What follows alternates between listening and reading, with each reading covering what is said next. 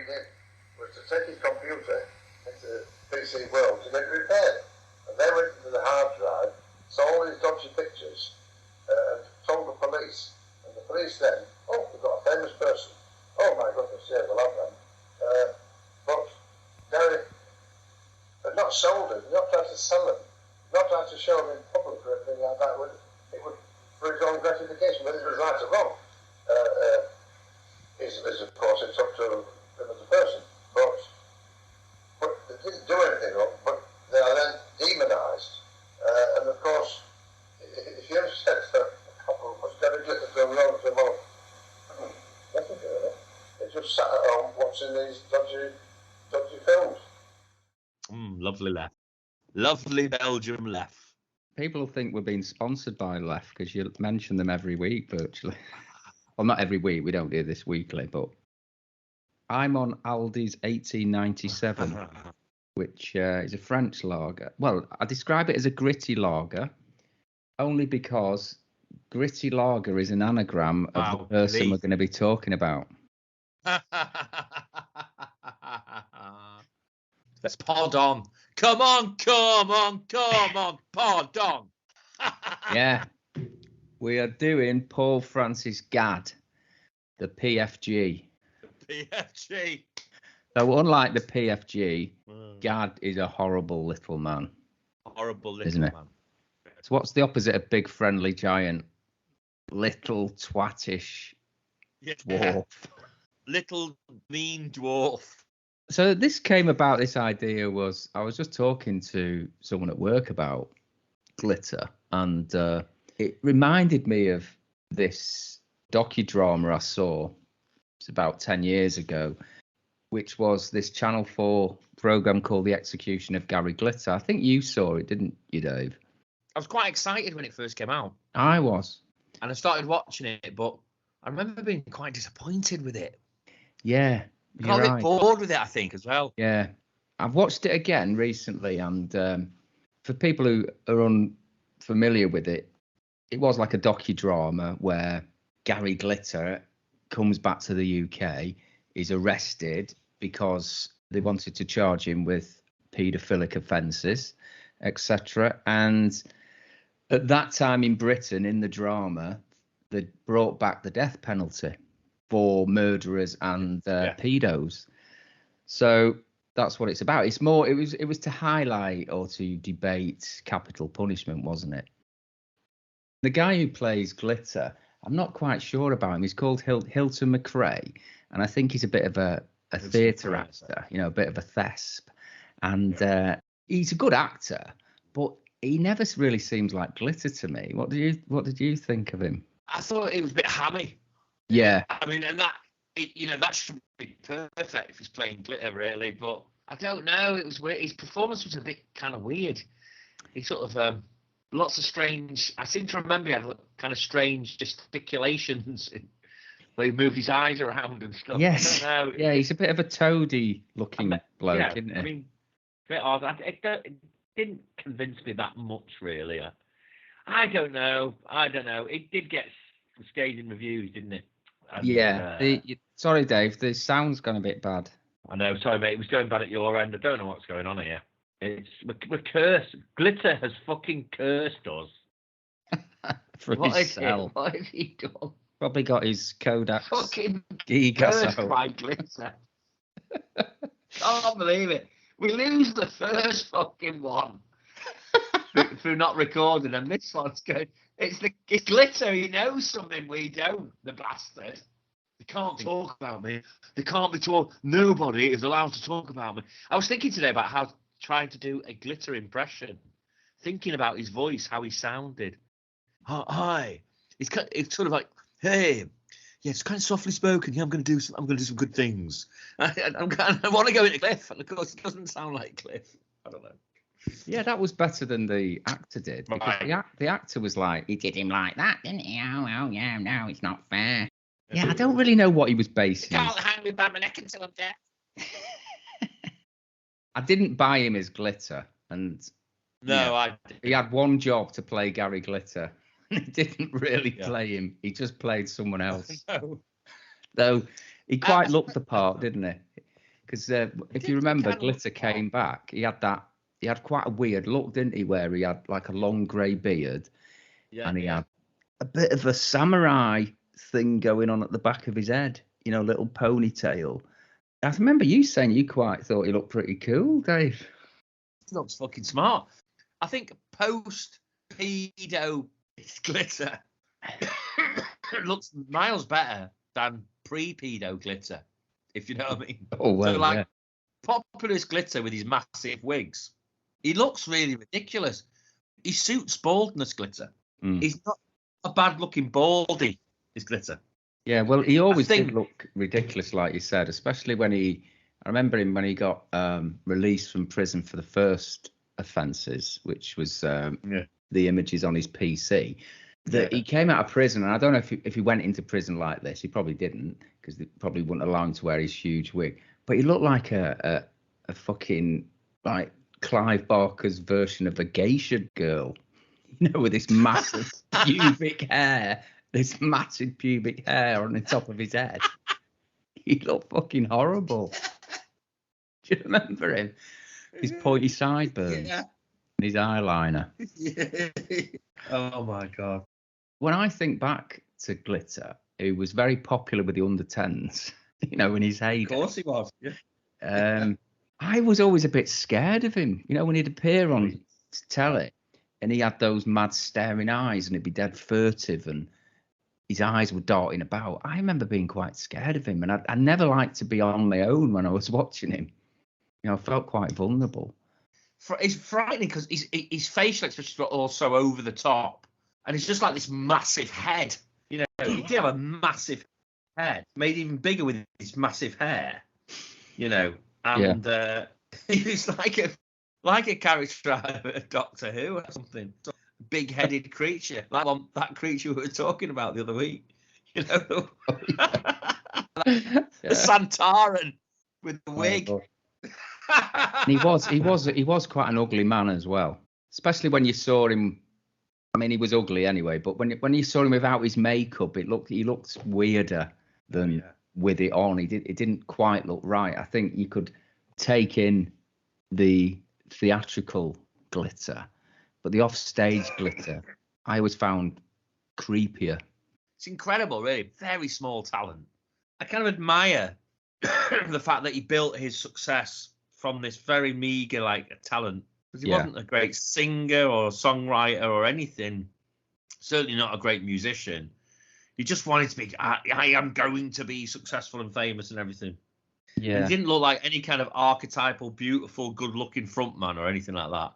Not at all. So, very driven, enormously egotistical, I would imagine. Probably narcissistic, I'm sure. But well, all those things, of course, combining to being probably something of a psychopath and obviously a paedophile. You know, so not many good qualities there.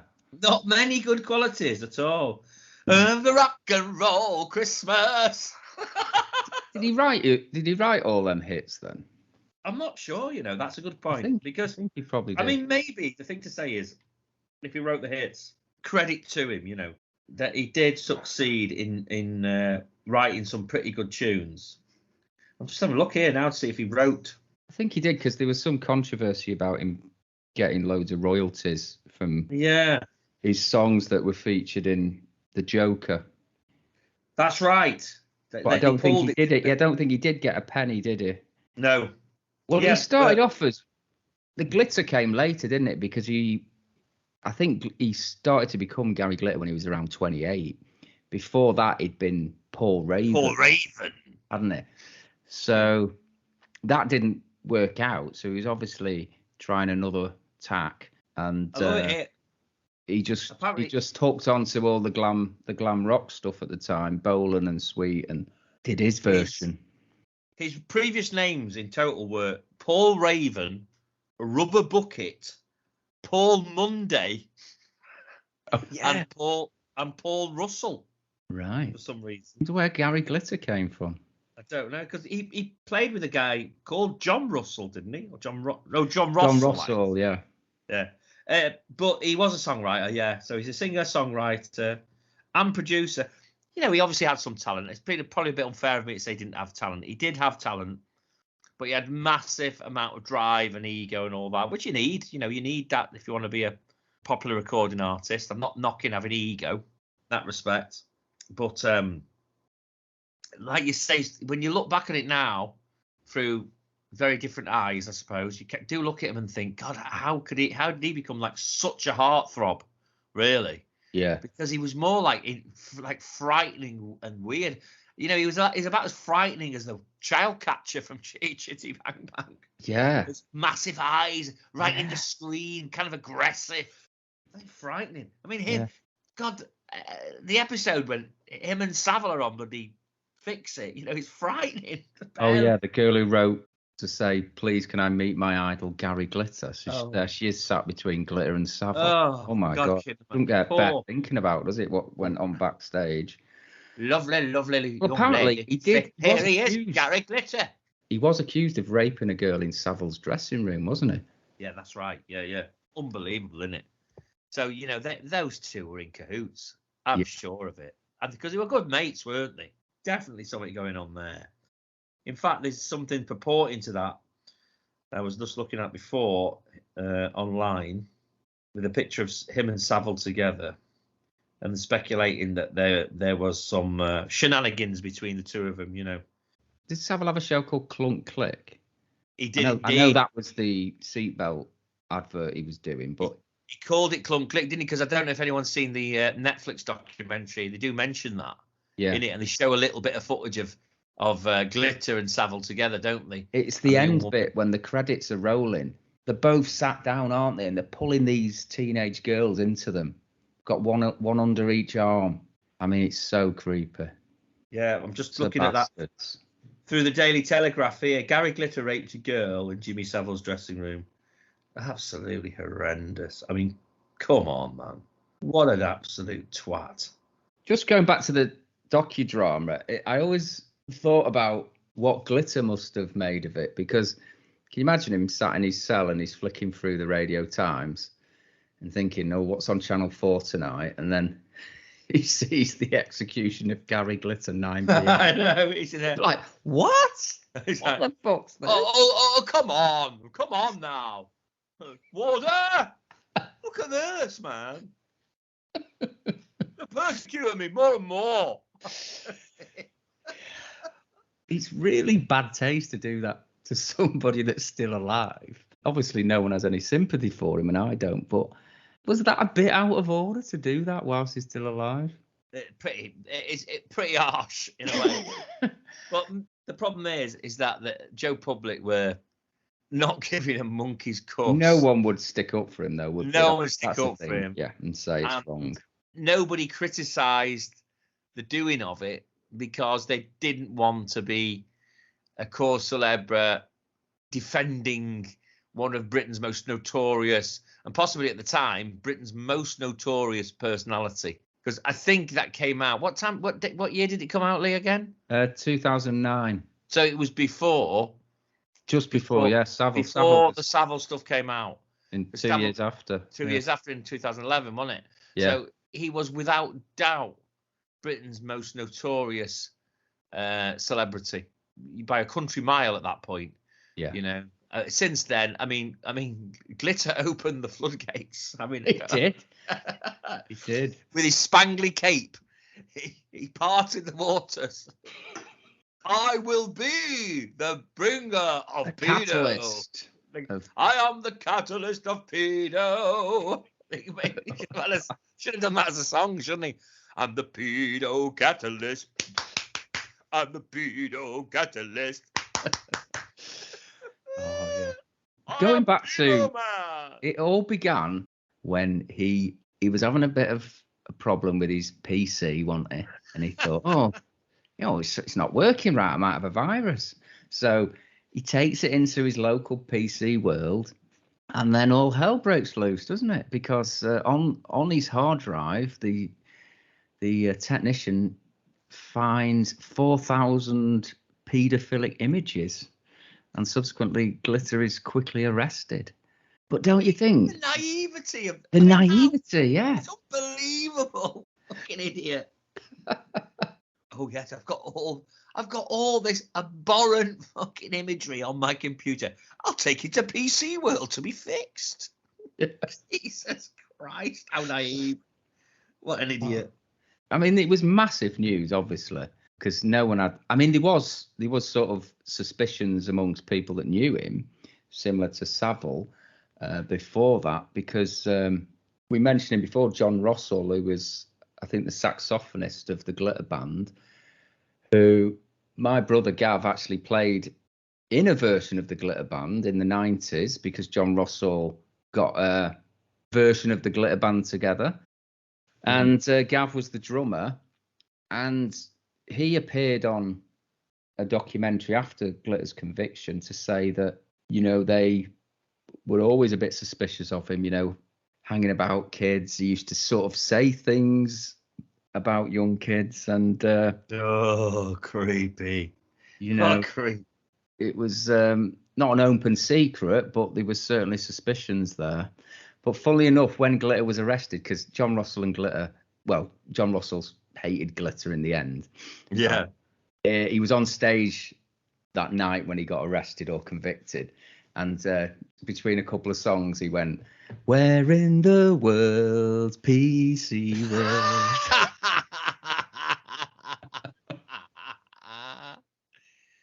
So he was absolutely delighted that Glitter finally got arrested. Got his comeuppance.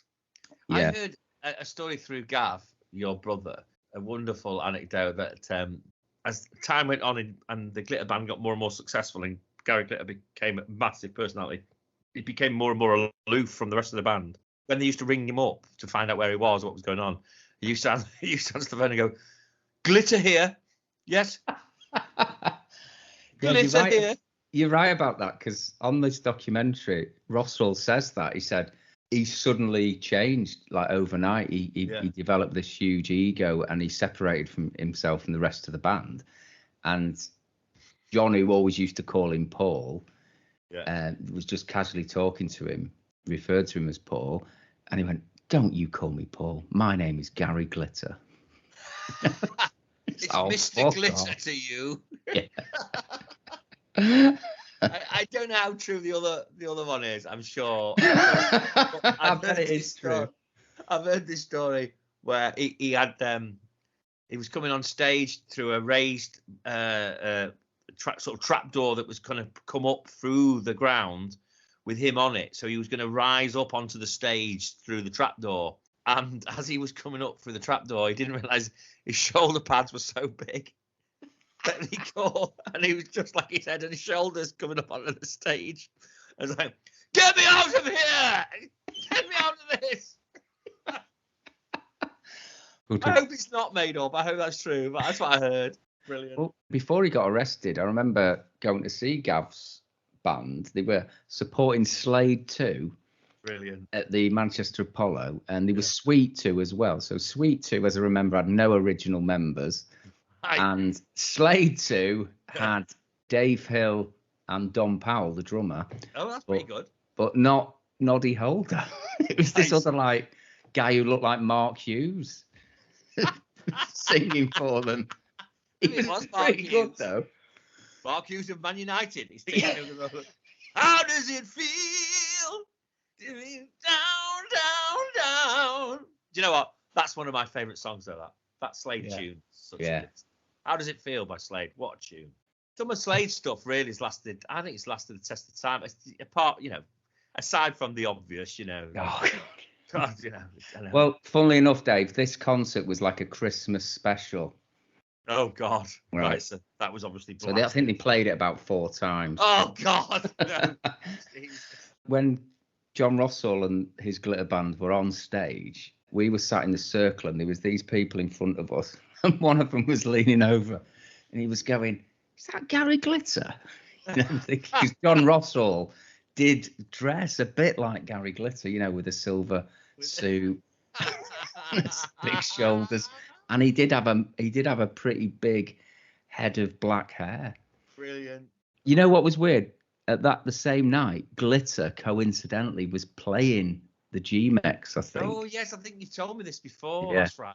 So Glitter was playing the G-Mex, and John Russell's band, Glitter Band, and the Slade 2 band and Sweet were playing the Apollo all the same. Yeah. It was a glam rock fest in Manchester that night. Yeah. So obviously it must have been mid-90s that, because as I say, it was before Glitter was arrested. The thing is that it's kind of difficult with the Glitter, because there are a couple of Glitter tunes which you kind of like. They are quite good fun, you know. And there's no point it's what I hate really. It's like, oh, he can't play his music ever. And like the joke, oh, they played some guy. But yeah, you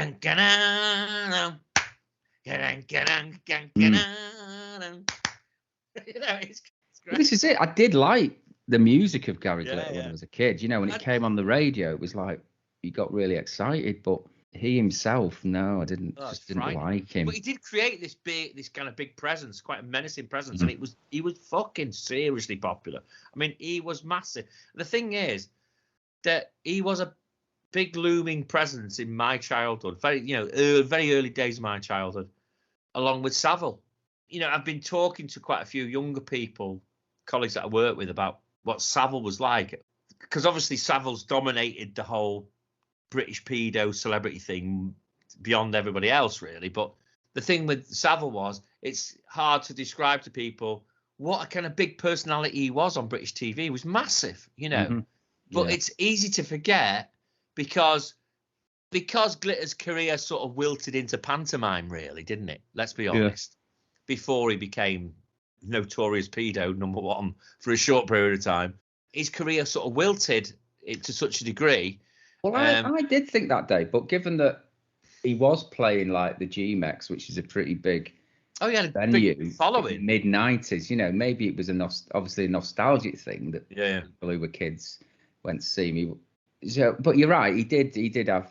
I can't remember him doing much music in the 80s. No, that's it. It was kind of like, because of what he did personally, it was kind of one trick pony, wasn't it? Whereas I suppose what it was with Savile, he almost became like an institution, you know, with all these, because of all the charity work, and he had such notoriety from that, you know, in a positive way, you know, marathon runs and Stoke Mandeville, now then you'll say, and all that. He became this big, even though his career sort of went down the fucking tubes, let's be honest with you, because he was just guest appearances on things and looking ridiculous as he got older, because he was still dressing like in shell suits and stuff as this like really horrible rancid old man. It was like fucking Wilfred Bramble in a fucking shell suit, wasn't it? You know, it really was weird, you know. It made him even weirder in a way.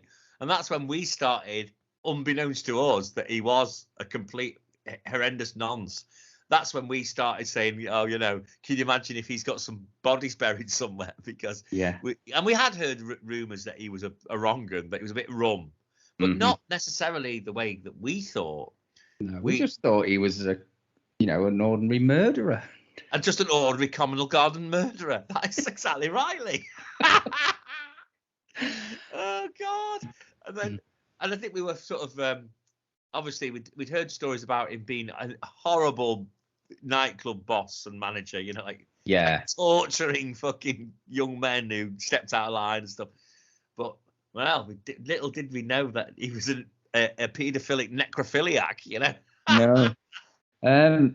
One thing I've just remembered is, do you remember when they did This Is Your Life with Gary Glitter? Oh, God. It probably was in the 80s, wasn't it? But there was this really creepy part where Roald Dahl's daughter or Roald Dahl's granddaughter came on, who knew Glitter, and she starts off by saying, "Oh yeah, I've known Gary since I was 13 or something." And then Glitter immediately puts his finger to his lips, doesn't he? Oh my God! Shush, don't say anything. But he does it in like a jokey way, you know, so nobody suspects. I've gone on to YouTube on the hope that maybe you could still see This Is Your Life with Gary Glitter. I think you can. I'm trying to find it. I think it is Roald Dahl's daughter or granddaughter, which is a bit of coincidence considering we've labelled him the PFG. Yeah. I've just seen Noddy Holder's This Is Your Life here. Interesting. Did he talk about when he used to get paid £20 for shitting on coffee tables? Did you hear him talking about that when he was on Frank Skinner? Yes. That is a big thing. That is a big thing in certain circles. There's rumours that an American TV celebrity, not well known here, but a big name in America, that was his penchant. He used to like to get underneath the table, get a couple of like prostitutes in to take a huge dump on the table. Oh, like you do. I wonder if that's got a name. Like I mean, it's obviously a fetish, isn't it? It's not like a one-off. It is a thing that many people are into. I know. I please let it have a name. Please, I'm going to try and find out. Yeah, here it is, Dave. It says Roald Dahl's daughter, Tessa.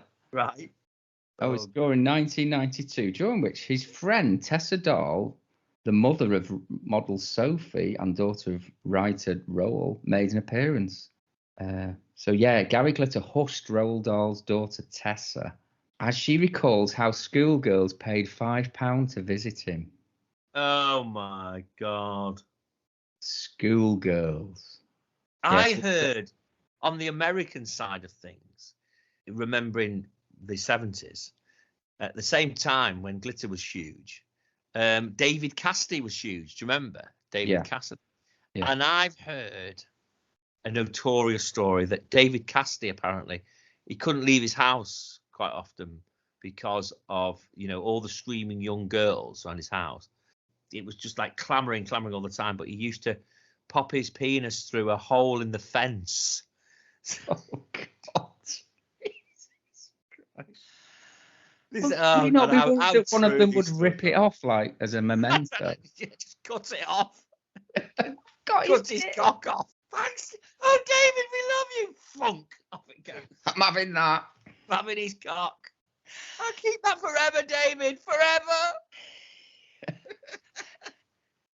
Is he dead now, David Cassidy? Yeah, he's dead. I'm sure there was some sad end to his life.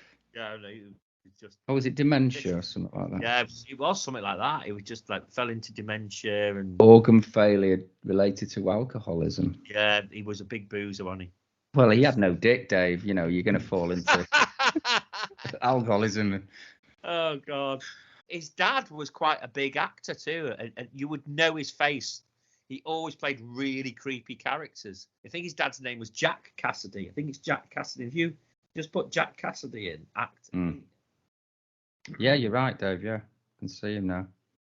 Anyway, I've just remembered one of the funniest bits of the execution of Gary Glitter is you've got like Gary Bushell playing himself. He's obviously pro hanging, bring back hanging. Yeah. So he's playing himself, but he describes Gary Glitter as Liberace's fat son. Oh my God, that is a brilliant. Which I absolutely spat my beer out at. Oh my God, I was like, oh my God, what a brilliant line. But yeah, it's not a great show. I mean, it's a bit of an anticlimax when we actually get to see Glitter hung. His bottom lip starts going, and he starts complaining, and then it's done. And then jobs are good. Yeah, but I was thinking the actor, the Hilton McRae. If you Google him, he looks like a very old David Moyes. He does, doesn't he? Quite toady. I mean, David Moyes looks fucking ancient now, doesn't he? It must be the Scottish thing. Yeah, well, Hilton McRae is married to Lindsay Duncan. He is indeed. She used to be thought of as like really a bit of posh totty. Yeah. What's she famous for? Was she in GBH? GBH, yeah, definitely. Not Cliff's GBH. No, not Cliff. Not Mr. Twemlow. No. But I know there's been some funny reviews of the execution of Gary Glitter. The very funny one by Charlie Brooker. Oh yeah. Here we go. So I don't know about you, but sometimes I can't sleep at night for wondering what might it be like if Gary Glitter were executed. Which is a great opening gambit. I just can't picture it in quite enough detail for my liking. Would they fry him, gas him, pull his screaming head off with some candy-coloured rope? I can never decide, and it often leaves me restless until sunrise. Thank God, then, for the execution of Gary Glitter, Monday at 9 p.m, which vividly envisions the trial and subsequent capital punishment of pop's most reviled sex offender, so you don't have to worry. He calls him the Glitter File. The Glitter File. And Glittercution. Glittercution. I like how he follows up. He says, I can't believe what I'm typing. This is a drama documentary that imagines a world in which Britain has A, reinstated the death penalty for murder and paedophilia, B, changes the law so Britons can stand trial in this country for crimes committed abroad, and C, chosen Gary Glitter as his first test case. It's absolutely right, really, isn't it? It's preposterous, really. Oh, I like his description. He says, we're talking late period Glitter with the evil wizard shaved head and elongated white goatee combo that makes him resemble a sick alternative Santa. He was the original bad Santa. Yeah, but he says it would be better if he was decked out in full 70s glam gear and then being led to the gallows in a big sparkly costume with shoulder pads so huge they got stuck in the hole as he plunges through. God, that's opposite of what happened when he was rising from the stage. It is. That's what I mean. They should have shown the execution in more detail, really, because that's what it's leading up to. You want to see him suffer, don't you? That's what everyone watched it for. Not for some examination about the fucking capital punishment. No, exactly. He just went, come on then, how are you going to kill Glitter? Put that wig on and then blow his fucking head off. Well, I was trying to think whether, because obviously he got arrested for the images, and then he went and moved to Vietnam, didn't he, or Cambodia? Yeah. And he got accused, and I think he got convicted there, didn't he? But he paid off a couple of them, or the families, and they pleaded for clemency for him because he paid them off. I don't know if he did some time there, but he got kicked out, didn't he? And nobody wanted him. So I think Mr. it was about. Gary, he's so fine, Mr. Gary. But it was. So he kept getting moved on from country to country. There was about 19 countries that fucked him off. So he was a bit of a gadabout for a few years. He was gadding about. That's brilliant. I did do that deliberately, Dave. Sorry. Well done. But there was one great story that I know you heard, did, Lee. I did dial that for a second. It's beautiful. where he was living in Andalusia, which I think's in Spain somewhere, or off the coast of Spain. But what was his name? He called himself something like Lawrence Brilliant. Let me try and find it. Oh, I hope he did call himself Lawrence Brilliant. That's amazing. What an amazing name. And I love this. What Charlie Brooker writes. I assumed the Glittercution would feature dry ice, disco lights, and 100 party poppers going off as his neck cracked. That's what we were looking for. Yeah. Let me just look this up, Dave, because it was on. The Wikipedia page of Gary Glitter's it has some really funny parts to it. I don't know who's wrote it, but he put something about Gary spent his time visiting local bars and surfing the internet. That's all he did, apparently. How did he know he was surfing the internet? You have to be so careful, though, with Wikipedia, because I remember when Freddie Starr died, I read his wiki and thought, how's he died? What's happened here? What's happened there? And it said, and if someone had put this on, it said something like, he was found that he'd masturbated in his kitchen, slipped on his own semen and smashed his head on the kitchen floor. And that's how he was found dead. And I was like, no, that's not fucking true, is it? And it was obviously a complete bogus thing that someone had decided to write on this week. Perfectly plausible, Dave. It's brilliant. I thought it was brilliant. Well, I remember that story of Les Dawson when he died, because can't remember where Les lived. Was it somewhere in Cumbria or? Yeah, he lived in Lytham St Anne's, didn't he? Yeah, so he was northwest. Apparently, though, the story was that he was down in Manchester going for this medical, and he'd just given like a blood sample, and he was asked to give a semen sample, and during An heart attack. during wanking off, he had a heart attack. Got a bit too excited, jerking himself off. Yeah. But I mean, you know, there's worse ways. There's worse ways to go. I just don't know where that came from, though. But I don't know. As our eagle-eyed listeners will know, we get all our research from Wikipedia. Of course, and why not? Yeah. It's so true. So let me find this bit where he was in Andalusia. Because I kind of, when I was younger, I kind of thought Glitter might have been gay. Yeah. He might have like a few boy toys that he would knock about with, you know. That.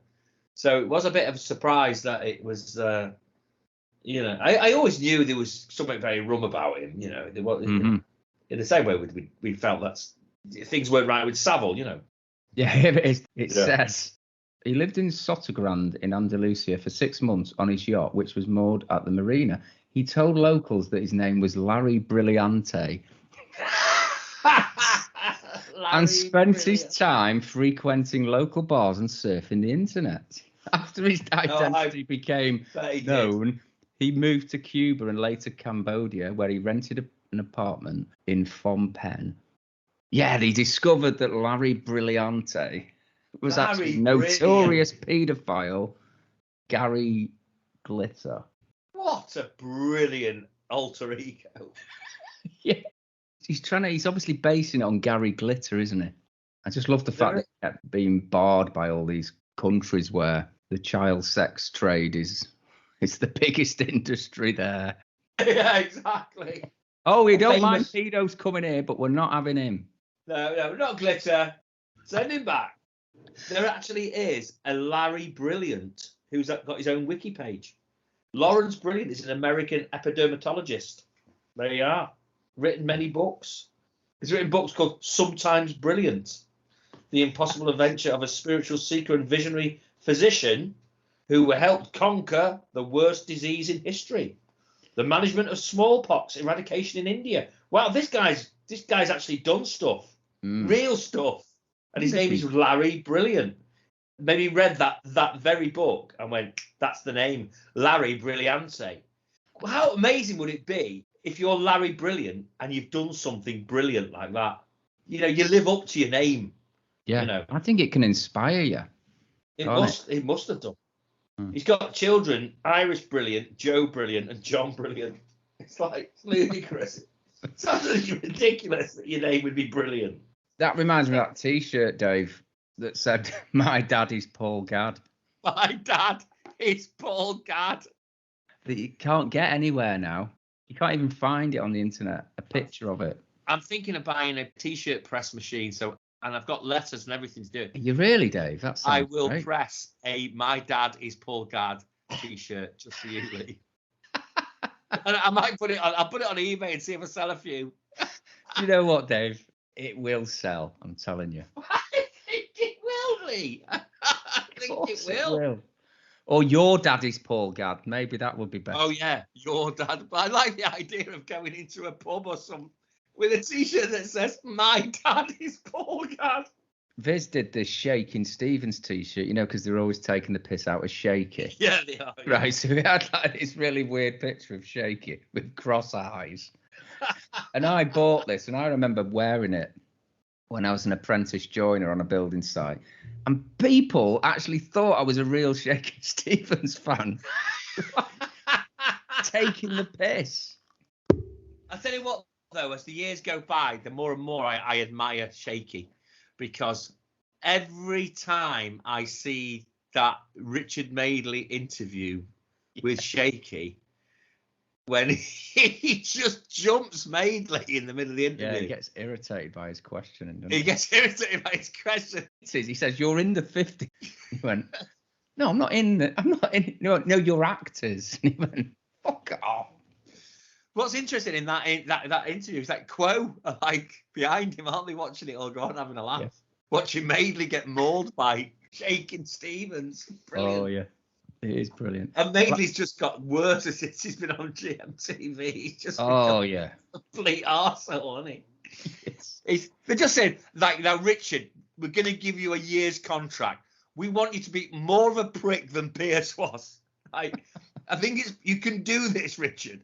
He goes, oh, yeah, don't worry. It's going to be a doddle for me to do that.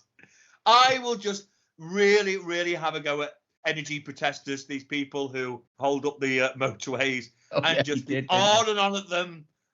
Don't you realise someone could have died? Some people have got people in hospital that need to go and see, and you are causing the problem. People watching that movie, checking out with cringing. I know, I do sometimes have it on in the morning, and if I see him, I just can't watch it. I mean, I prefer Ed Balls. Ed Balls, or is it Adel Ray? Adel Ray. What's Adel Ray? You have Judge Rinder as well. He does it. What's going on in that fucking programme? What the fuck are they doing? You know, it's a madhouse. It's getting like, have I got news for you? You know, when rotating the presenters after Angus got sacked for his cocaine hooker shame. Going back to Shaky briefly, Dave. Yeah. Can't wait for the moment where it's announced that Shakin' Stevens, aka Michael Barrett, has announced that he's suffering from Parkinson's disease. Sorry. He really is shaky this time. It's got to happen. It's got to, hasn't it? Brilliant. I remember when I used to do a fanzine in the 90s, Dave, and I sent off for this sample, just a sample of printing, and the sample that they sent me was an actual Shakin' Stevens fanzine. Oh my God. It was quite alarming to know that somebody was doing a Shakin' Stevens fanzine.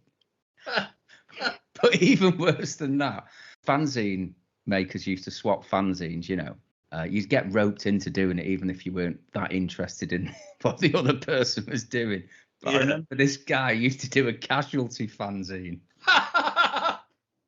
That's hilarious. And he used to do his own word searches with words like blood and Charlie. Yeah, Charlie. And, what was he's still one? Fucking in it, isn't he? Yeah, Crash. Charlie Fairhead, yeah. It's like the longest serving character. It's amazing, isn't it? These apart from Ken Barlow. I mean, Barlow, what the fuck? What's Roach doing? He's 90 years old, man. He's still doing it. He's 90, isn't he? Jesus. And his son is like, he's so weird, isn't it? Because his son's this brilliant actor. I have to say, I think Linus Roach is a brilliant actor. His performance in Mandy is just fucking crazy. It's brilliant.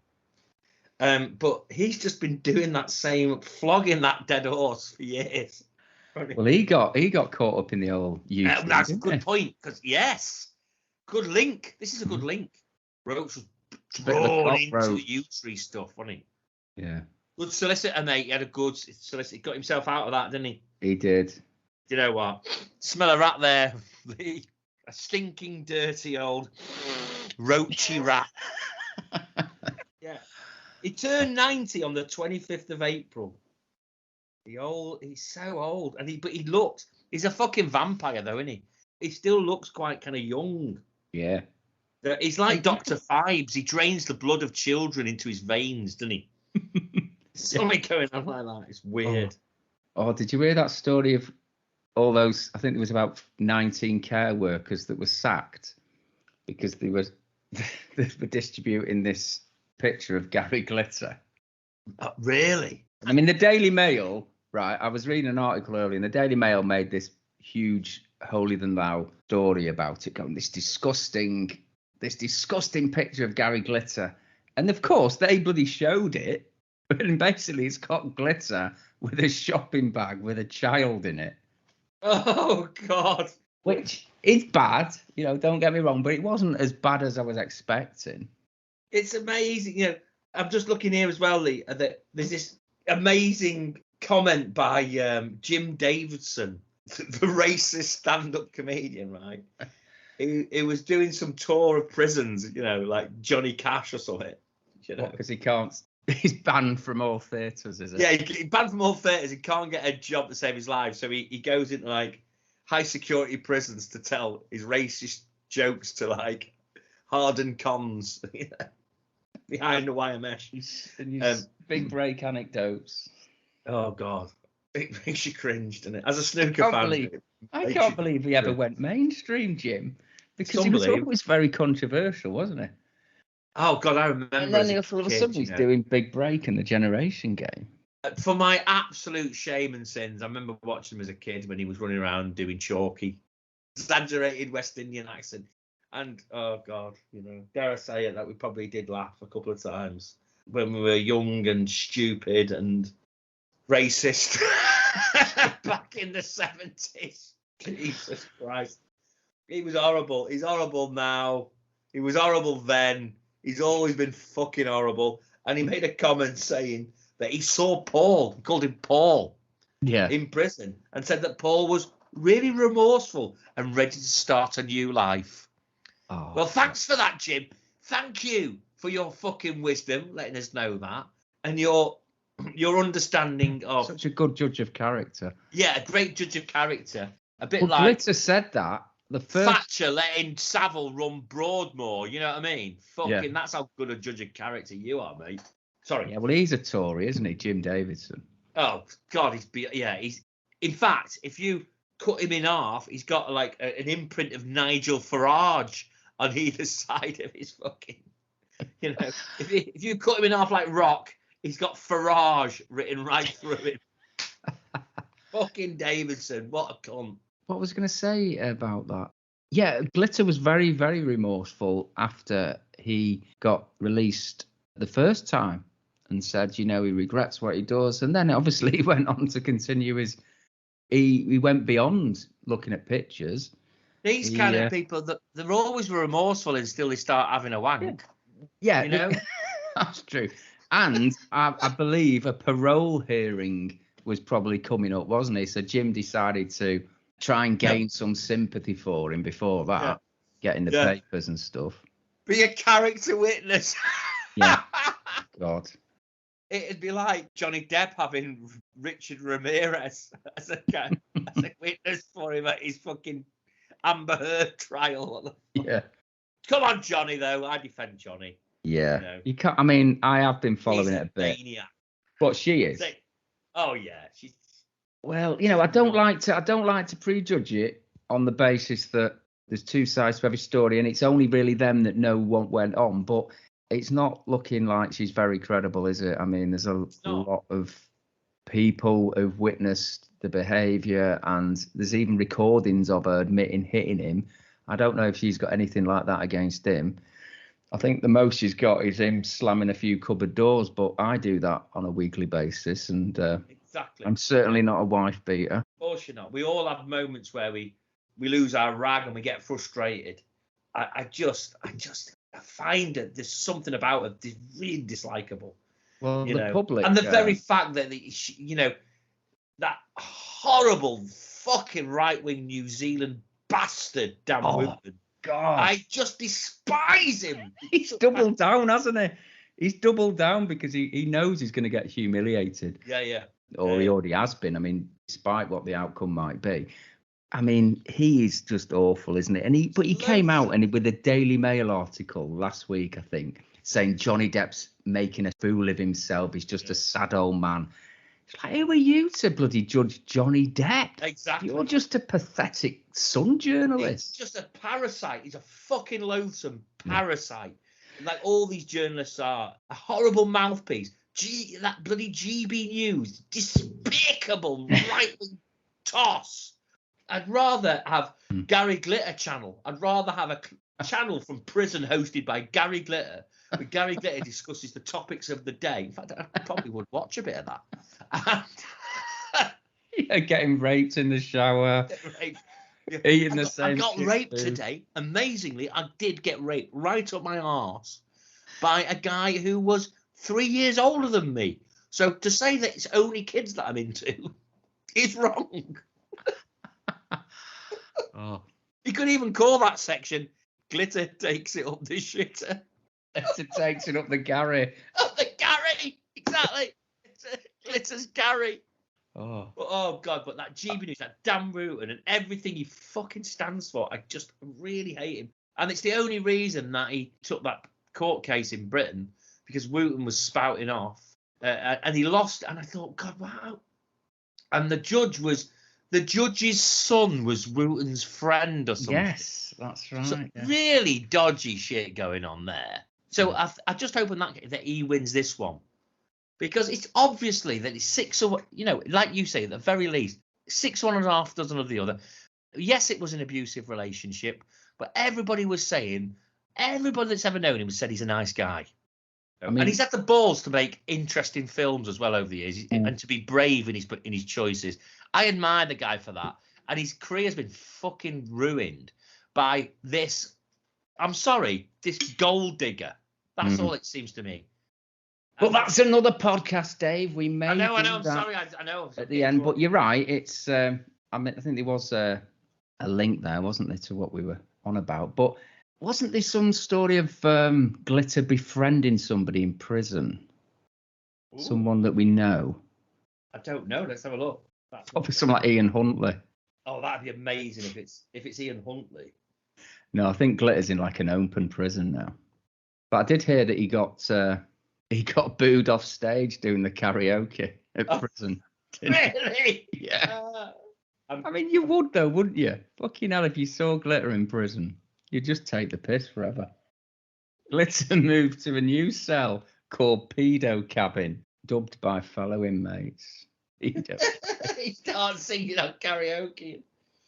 Oh, it's brilliant. I'm just having a look here. Oh, child sex pervert Gary Glitter has a split personality verging on schizophrenia, his last friend claims. Gordon Buchanan said his good side is Gary Glitter. Oh, that's interesting. Amazing. The rocker that everyone knows and millions used to love. The sick side is Paul Gadd. Paul Gadd is very, very bad. Double D bad. I've never met Paul, his alter ego, Mr. Buchanan says. I've always called him Gary. Oh, well. Gary's grappling with the dark side of Paul Gadd. Deep down, he is a sick child. This is Gordon Buchanan at 54, a close friend of Gary Glitter for 20 years. He went to meet the pervert rocker when he arrived in Britain over a week ago after being deported from Vietnam. So it turns out that Gary did still have a good friend in Mr. Gordon Buchanan, possibly his only friend. Well, weirdly, yeah. Weirdly, because he truly believed that Paul Gadd was bad, but Glitter was beautiful. Well, what an idiot. like Tulip Rose Reed. Paul Gadd's breath stinks. But Gary's smells beautiful. No, I may have got that wrong about him befriending somebody notorious in prison, because I can't see anything about it. I kind of think that he doesn't need friends because he's like such a kind of, he's so into still being Paul Gadd and being Gary Glitter. He doesn't need anybody in prison because he's planning it all. He's planning his big comeback. One of these days he'll come out. He was apparently working on an album, wasn't he, before he got sent down again? Can you imagine it if he's in there and he's working on Pedo the musical? Yeah. I'm a pedo, I'm a pedo. I'm the pedo in the gang, I am. Yeah, he might as well cash in on it. That's what he's known for. Exactly. All those years in Vietnam, I'm a pedo, yes I am. All the little children come and play, come and sit Gary's way, yeah. Kids. Well, it's interesting that Gordon Buchanan didn't comment on his other alter ego, Larry Brilliante. Yeah, exactly. What does he think of him? That could be part of the musical. You know, the Gary Glitter musical could be. My name is Larry Brilliante. I like to sit in coffee bars. Alicante. Yeah, over in Alicante. I like to sit in coffee bars. I Surf pay in the you. net. Yeah, I pay you. Oh, child I porn. pay you €10 to go onto the dark web. Larry Brilliante, the musical. I could see the Glitter, the musical. You know what I mean? That could be something. Yeah, well, it's like Brass Eye when they did Peter Sutcliffe, the Yes, musical. the musical. Wow, that would have been amazing. Oh, the cobbled streets of Yorkshire. The prostitutes come out and play. Bit deep for Peter there, Dave. Peter's driving his lorry. Peter! Hello. Hello, love. Hello, love. I love you. Would you like to jump in my lorry and we'll go for a spin? I'm not a killer. I'm not, honestly. Look at me. I'm only 5'3" and in my Cuban heels. I'm no danger to you. Get in the car! Get in the fucking car! I've got size 7 feet. I've only got size 7 feet. Okay then, Mr. Sutcliffe, I'll get in there with you. Yeah, get in. You just get in here, love. Oh, dear. But meanwhile, in Paul Gadd, the musical. We could combine them, Dave. Brilliante. We could, yeah, I mean, there's all sorts of links, isn't there? Gadd was a friend of Savile. Savile was a friend of Sutcliffe. I think it should be called maybe U-Tree the musical. We're finding our way to Stuart Hall's. We're gonna have a hell of a ball. Dave Lee Travers looking furious. Dave Lee Travers looking kind of scared because they know they're onto him in his flares. I can imagine Travers shitting himself behind the door. He was always so Are you there, angry, Mr. Travers? getting accused of groping Liz Kershaw while she was on air, which he probably did. Yeah, he got away with that one. How the fuck did Simon Bates get away with it? That's what I want. Simon Bates? You can't bring him into it, Dave. He was the one warning us about sexual swear words in videos. I know, but, too clean for my liking with his fucking, our song bullshit. And anyway, Amanda never saw Phil again after she had the colostomy bag fitted, You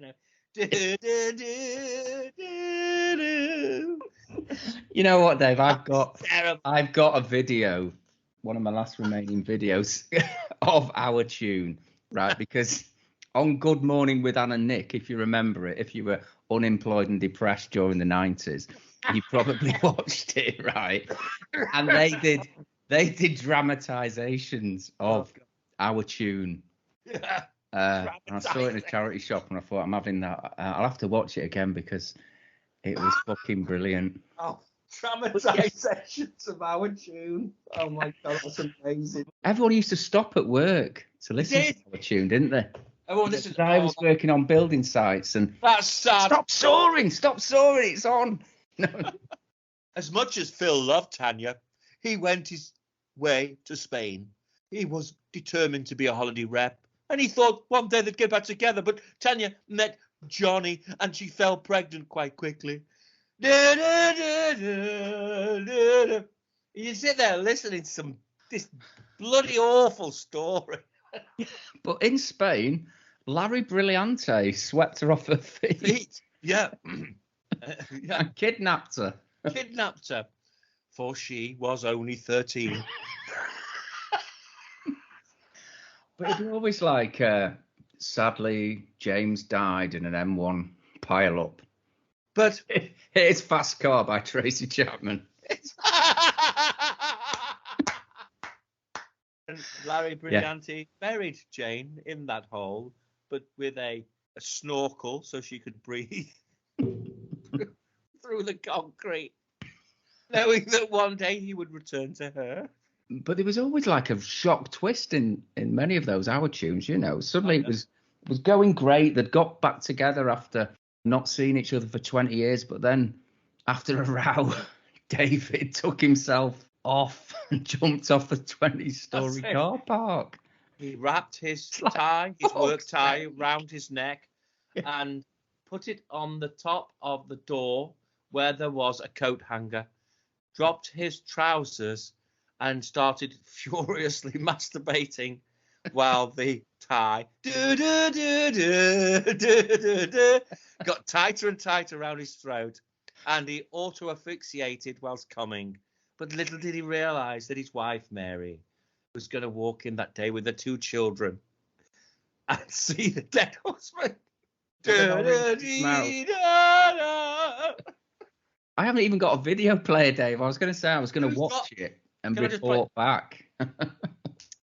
I wanted to see what Gary Glitter items you can get on the eBay. So I'm just going into it now. So Gary Glitter eBay. Let's see what's available. Oh, look at this. All this stuff, you know. Not hard drives or USB sticks, I hope. Oh, you get up at £8 for Gary Glitter's Greatest Hits 1978. A few jackies. Yeah. Oh my God, Dickies. The Gary Glitter Getaway. The Dickies didn't see that. That's a brilliant. God, there's a horrible signed picture for $9.95. No bids. Oh wow! Who would want that, really? There's a Paul Raven single. Oh yeah. $9.99. The Gary Glitter Story by George Tremlett. That's obviously. It looks like it was made well before glitter became notorious. Oh, you can get an 8-track. Gary Glitter, Remember Me This Way. Well, I don't think he'd like to be remembered the way he is being remembered. Oh, Gary Glitter, Touch Me. God, he had a song. I forgot he had a song called Touch Me. That's amazing. Be My Baby. Be My Baby. Touch Me. It's all making sense now. It's all making sense. There's an autobiography here called Leader. That's hilarious. Leader. The autobiography of Gary Glitter. Oh, I'm going to have to get that. I might have to get that too. There's only one It left. feels a bit like ordering something on the dark net, doesn't it? It does, doesn't it? It's like really dirty. Please send it in a brown paper bag. You might have to read it and wash your hands and your body and everything afterwards. There's no bits on any of it, Dave. There isn't, is there? Oh my God, have you seen that one? Gary Glitter's Greatest Hits Final LP, slight scuff on sleeve, blah, blah, blah. The picture there is so disturbing. Have you seen it? I've seen it. He's like the pink top and oh my God, he definitely looks like Liberace's fat son on that. He looks like a cross between Liberace, Joe Johnson, the snooker player, and Mark Hughes. Yeah. Like he's got that kind of simian look because it looks like this kind of hair growing down the side of his face, but it's a shadow. So his hair looks like it's growing. Oh my God. Scroll along to the pictures. Yes, I can see it. Really horrendous. With the hairy chest, the pink top. He looks like he's been caught doing something he shouldn't have. It looks like the police have just raided his house and he's there getting head. I'm not even going any further. You know, this. Do you want to touch me? Oh, yeah. No. Do I fuck? He just really is a really, really horrible man. He's a horrible looking man, like He's a horrible looking man. You're dead right. There's loads of glitter stuff on here. That's a wig picture as well. Oh, yeah, without doubt. There's loads of glitter stuff. None of it's selling, is it? What's happened here is people thought, oh, yeah, I've got Gary Glitter. Some sick bastards might want some of this. No. Nobody's buying it. You could probably look up Jeffrey Dahmer's record collection and there'd be loads of bids, but there's nothing on glitter. There's a brilliant little poster here. Gary Glitter vintage gig advert. Cromwell's of Norwich, right? And it says on here, have you seen it? It's fucking great. It's a really terrible drawing of like a round head type of cavalier. You know, look like Oliver Cromwell. It's like supposed to be a drawing of Oliver Cromwell. And it says Tuesday, right? Listen, Tuesday the 30th of October, Saxon and the Angels, right? Tuesday the 6th of November, Chaz and Dave. Thursday 8th of November, Gary Glitter. He's playing just after Saxon. Wow, that's superb. David, what's it called, Dave? What's it listed under? It's well, again, it's just under Gary Glitter. It's just like, I suppose you could put Gary Glitter posters or Gary Glitter memorabilia.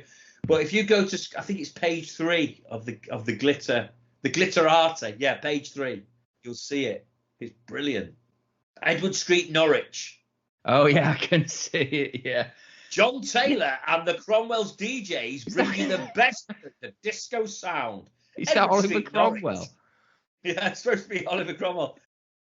I think it's safe to say, though, I mean, on a serious note, that if you do feel like playing a bit of Black Gary and having a dance around the living room, it doesn't make you a bad person. And let's be honest, most people will still sing along to a Michael Jackson tune. That's true. And let's be honest, it's looking very likely that Michael had some massive skeletons in his cupboard, you know, all of whom were under the age of 12. Yeah. That is a very good point, actually, Dave. Yeah, the hypocrisy there. You've got to separate the man from the art, people. Yes, you do. Right, excellent chat, Dave.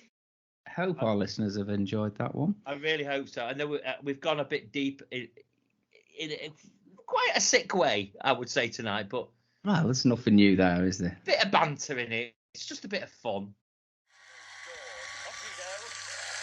We'll start as we mean to go on. It's a party after all. Tonight, singing live once again, front row to the leader, Gary Glitter!